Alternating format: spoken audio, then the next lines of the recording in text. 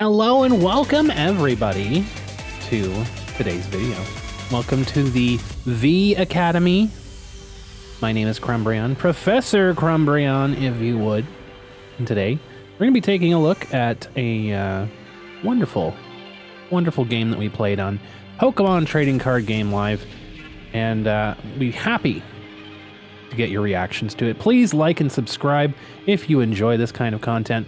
If you want to follow me and watch games in real time, check me out on twitch.tv/Crumbrion. For now, let's go check out the game. Thanks for watching. 3, 2, 1, go! We're really having a hard time getting the right supporters in hand when we need them. Like, this is a bit of a slugfest here.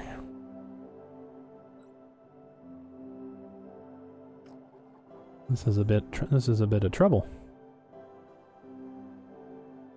Having a toughie.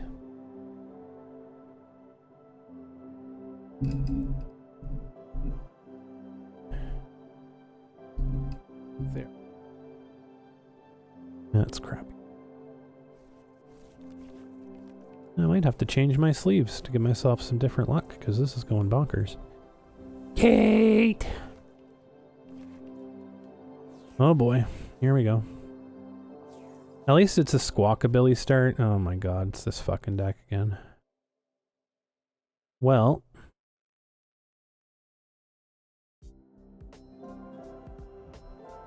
That's weird.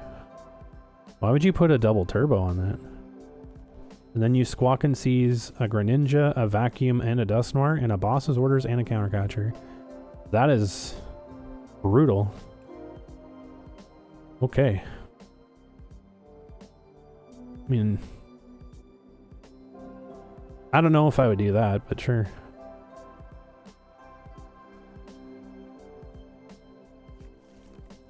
His play is the Dusknoirs. Interesting.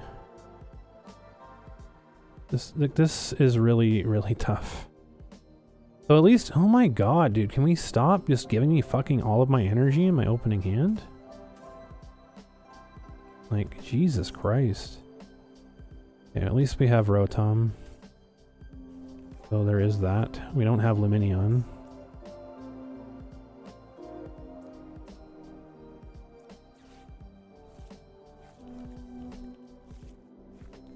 Okay. So we're not completely screwed to open the game, that's nice.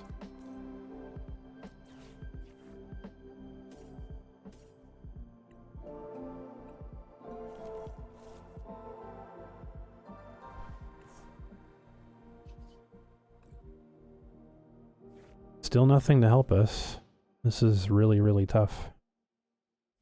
We draw a Forest Sealstone, we're kind of in business, but this is not fucking easy at all today. Every game has been Struggle City.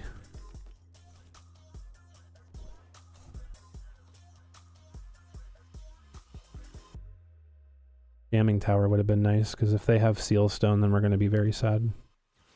That Iono was kind of desperately needed, so... that helps. Yeah, that gets us a Pidgeot. Oh, that's unfortunate. He's just gonna get a fucking Greninja out now. Or a Dusknoir. Well, depending on what he kills here, we might just go straight into Charizard, because we're not gonna dick around and wait for this, if that's the case.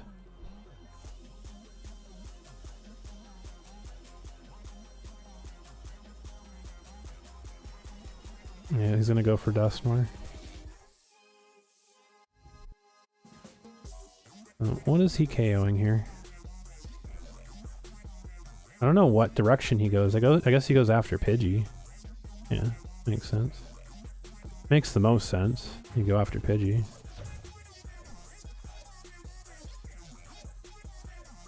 Okay.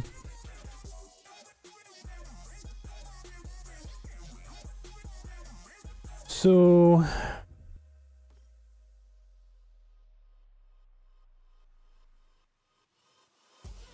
okay, that's fine.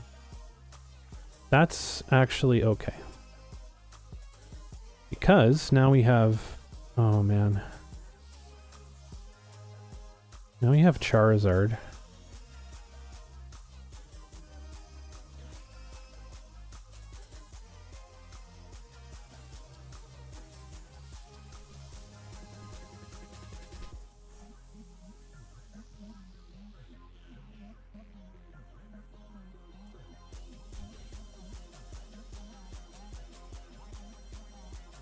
I think we do this. I think we get rid of Pidgey.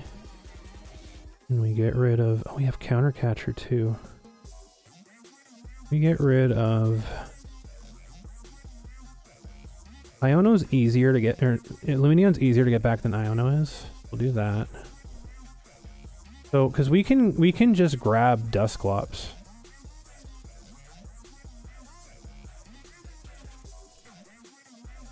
With Rotom, and then we can Counter Catcher his Froakie.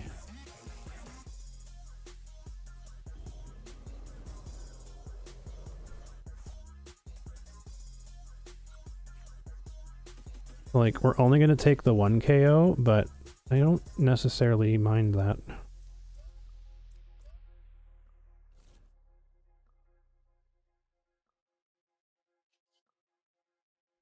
You know what? Let's this is bad to do if we lose the Dusclops. Okay, that's fine. I'm gonna say if we lose the Dusclops, that's gonna be sad, but we get the Fire Energies back in the deck, so we get the Lumineon back in and we get the 2 Fires back in. That was pretty good.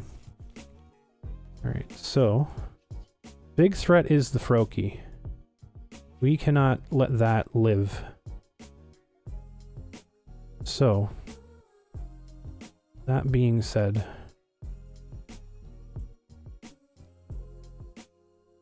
we need to grab Dusclops. We need to put 50 damage on something, which is probably going to be the Rotom. Actually, it's probably going to be the Squawkabilly. Because then this puts it in range, right? Yeah, it puts it in range of a Dusknoir kill later on.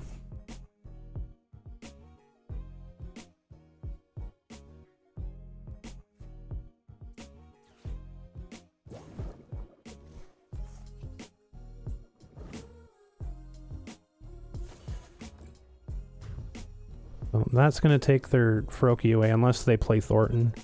And if they play Thornton, you know, hats off. Good job. They could have hindered you and killed your guard. They thought they had a chance to keep drawing out turns. Ooh, you bullied a Charizard deck with Pheasantipity. That's funny. Yeah, their plan is to like just do Dusknoir shit, I guess, and knock out my Charmanders. Oh, he's gonna go Pheasantipity. That's fine. We can boss that up next turn too, actually.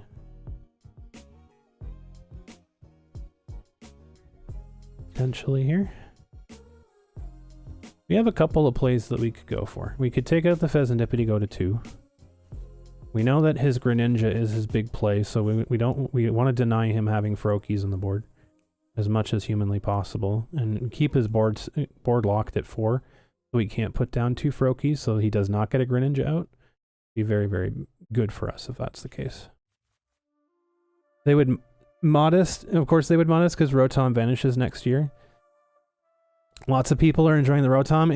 It basically is just like a 3 free card draw, and then Forest Sealstone. You can get any card in your deck. So Forest Sealstone being gone is going to change the game entirely for Charizard because it's not going to be as comfortable. There's their second Greninja gone. I think that's probably game. And a Dusclops gone for them. That's not going to be comfortable for them.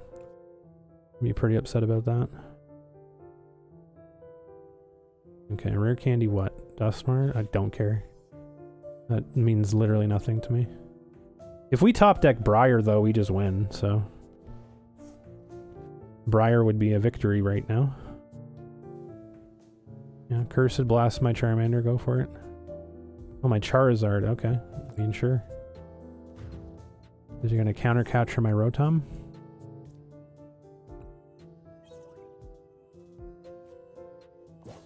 Walkabilly. Interesting. Interesting.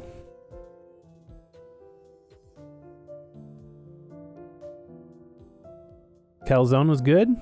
Your body's still not proceeded it. Not processed it after 12 hours. You feel like puking it out. It's such a terrible feeling. That happened to me the other day when... Okay, so there's no boss. The second Duskmar gone. And another Greninja gone. That's huge. I'm so sorry, Zero. That's brutal. So yeah, we could just boss out his Froakie, and then we have a play where we can take out his Vezendipity, or we can take out his Squawkabilly with Duskmar for a victory. I want to deny him having Froakies. That's the biggest issue on the board for us. That thing swings for way too much damage on too many targets, and I don't want to deal with it.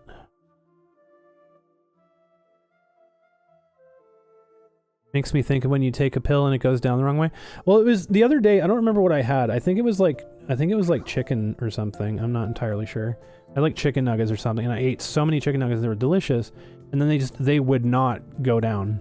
They would not go anywhere. Thornton's good for a play later, but we don't need Thornton right now. We need to boss this. We need to boss this.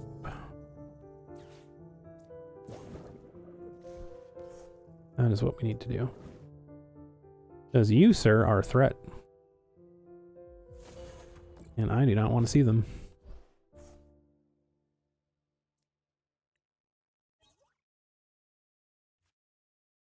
Burrows is interesting. Not really useful, but if they gust up our Thornton, then it's fine. But this doesn't matter because I mean, if they can put down another, they put down another Froakie, it doesn't matter. We just win this turn. They keep Squawkabilly in, so we're denying them a Greninja. That's the entire purpose of like why we keep attacking the Froakie and not just going for the 2 prizers. Because it's not going to forward our board state if we take 1 or 2 prizes, like any different. It's going to keep the same. We're still going to have to knock out 2 Pokemon. I don't think they have any Greninjas left. I think they threw them all away. I'm fairly certain there's like 3 Greninja EXs in the discard pile right now, so I don't think that they have them. And if they boss up my Rotom to try and stall me, we have Turo, so we have game in hand here. Which I think they've already used a supporter this turn. They've not. Okay, so they could still boss. 2 Iono's gone. That's brutal. Yeah, so they research. They lose all of their rare candies. They have 2 cards left. It's GG. It's over.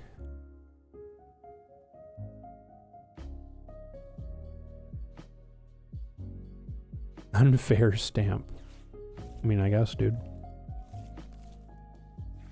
Look at Turos. De-evolution. I see. That's your play. I mean, you got me, dude. You got me. Yep, you sure got me. He has 3 cards left to take 3 prizes, and I don't think he's going to get there.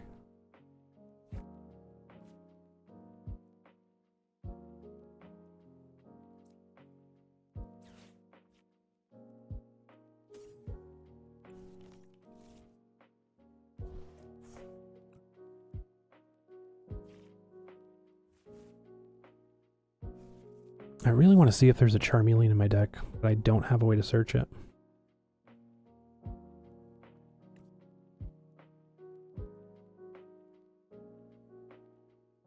Did we just YOLO it anyways? Because I mean, if we miss it, right?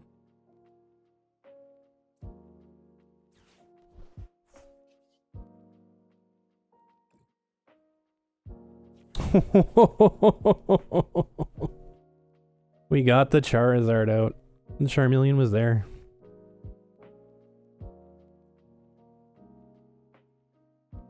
Yeah. So we get the Charizard out.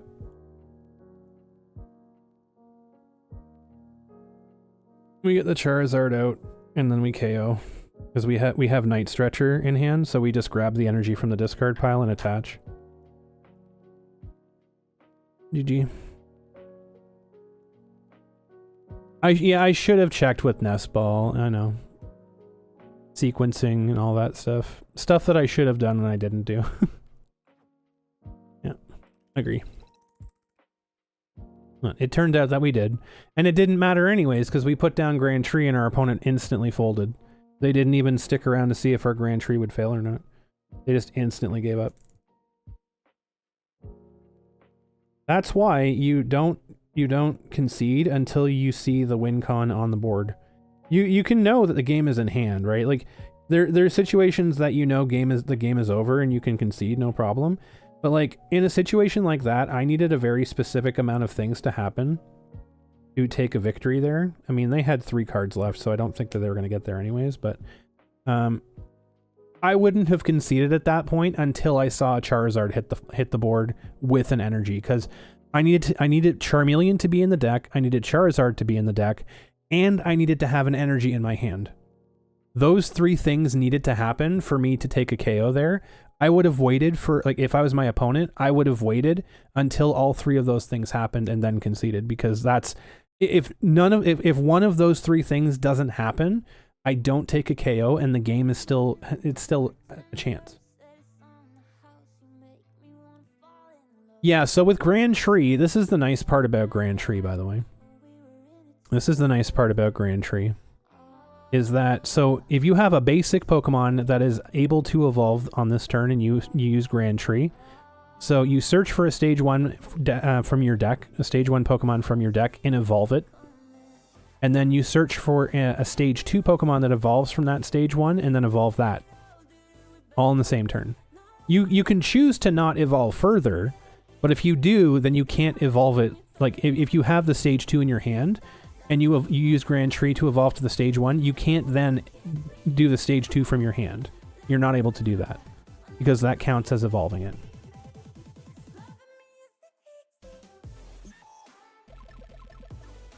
And so you can only evolve it to stage 2 using Grand Tree from your deck, like the stuff from your deck, not from your hand.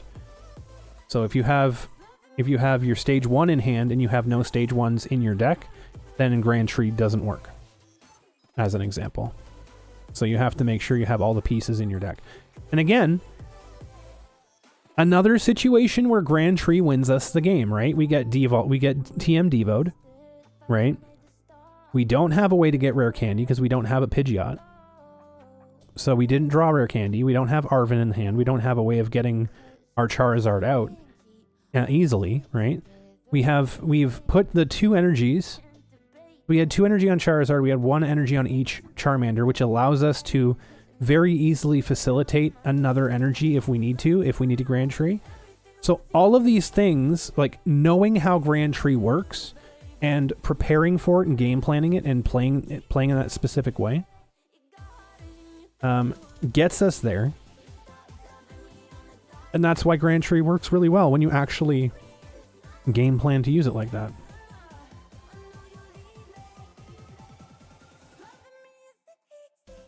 It's like if we ever had the pieces together at any point in time, we could have thorntoned a Pidgey back on and got the Pidgeot out with Rare Candy, but Tree hurts your small brain. You just, like, it's one of those cards. It's very much like Briar, where you have to think several steps ahead in order to use it. So I have 2 Charizards in my deck. I only put 1 Charizard into play, so my other Charizard was in the deck. You just made someone deck out with Iono? Let's go. Good shit, Curries. But yeah, so Charizard, so I have 2 Charizards in my deck. I had 1 in my hand because they used TM Devolution and they devolved my Charizard. So this one went into my hand and I had a second Charizard in my deck. Now, my opponent didn't wait to see if I had a second Charizard in my deck. I could very well have not. It could very well have been in the prizes. I'm fairly certain it was in my deck, though. If I could go back and look at the bottom, I'm fairly certain it was in my deck. But I had my Charmeleon and Charizard, so I could just Grand Tree, and then I had Night Stretcher, which allows me to grab the fire energy from my discard pile into my hand, and then I just place it on Charizard and it's GG.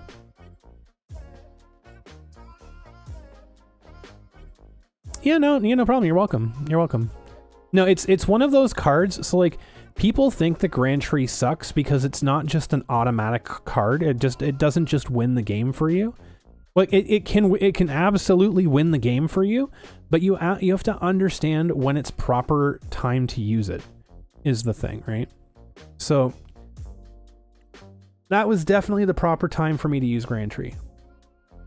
That absolutely was the proper time for me to use Grand Tree. Now, it does open up my opponent to be able to get his Greninja out, But it doesn't matter because the game's over at that point, right? Use it on my last... Like, I have 2 prizes left. I have to take a KO. They just evolved my Charizard. I have no prospect of getting a Charizard out because I don't have a rare candy in hand, even though I have a Charizard in hand and a Charmander willing to take it. I have no way of getting it there. I don't have a way of searching. Nothing. I have nothing that I can do. So, Grand Tree is an option. Place it down. Use it. Charmeleon, Charizard, Night Stretcher, Energy, attach, win. Grand Tree does that. No other card in my deck does that. Outside of Rare Candy, if I had a Rare Candy, that would have been good, but I didn't. I had Grand Tree, and Grand Tree won me the game. And again, it's one of those things, like, you can't control the situations where it's going to be good. You just have to be aware of the situations that Grand Tree can be game-changing for you.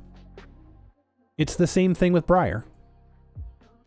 You can't use Briar until your opponent has exactly 2 prize cards remaining. And so you have to have the game awareness, like you have to have the situational awareness of when you can possibly start setting up to make a Briar play. Now that could be when your opponent has 4 prizes. If you run Dusclops or Duskmar in your deck, right? That can mean if your opponent has 4 prizes, it's very doable if your opponent has 3 prizes. Because then you could facilitate a knockout on your Duskull, or on your Dusknoir or Dusclops, and then go down to 2 prizes, then you can play Briar. If they're on 2 prizes anyways, then you can start looking at game-ending stuff. Like the situation that we had with the Dragapult, right? I could have had a game-ending situation there, and possibly gone for 5 prizes. But it worked out anyways. Even without Briar, we didn't need it because we had 3 prizes left. Or we had 4 prizes left, and we just had to knock out two EXs. Or not that wasn't the Dragapult. That was the Roaring Moon game. Yeah, they helped us with that because they did 200 damage to themselves and then benched their Roaring Moon that was damaged. So then we boss out one of their other EXs that's in very hittable range for a Charizard. We knock out our Dusclops, KO the Roaring Moon, KO the active EX, there's 4 prizes. That was facilitated because we could do that, but like stuff like Briar, you kind of have to plan several turns ahead to kind of be aware of a situation that's brewing that Briar could be a game-changing thing for you. The same thing with Grand Tree. The same thing with Grand Tree. No Crummy on the stream? Oh no. Oop. I'm gonna have to edit myself in there later. I think I might want to put that Charizard game up, I don't know, as a video. I always like showing situations where Grand Tree is like game changing. Because people don't understand how to properly utilize Grand Tree and they shit on it. And they say it's bad and it's terrible, blah blah blah. It's not though. It really isn't. A really good card in a lot of situations.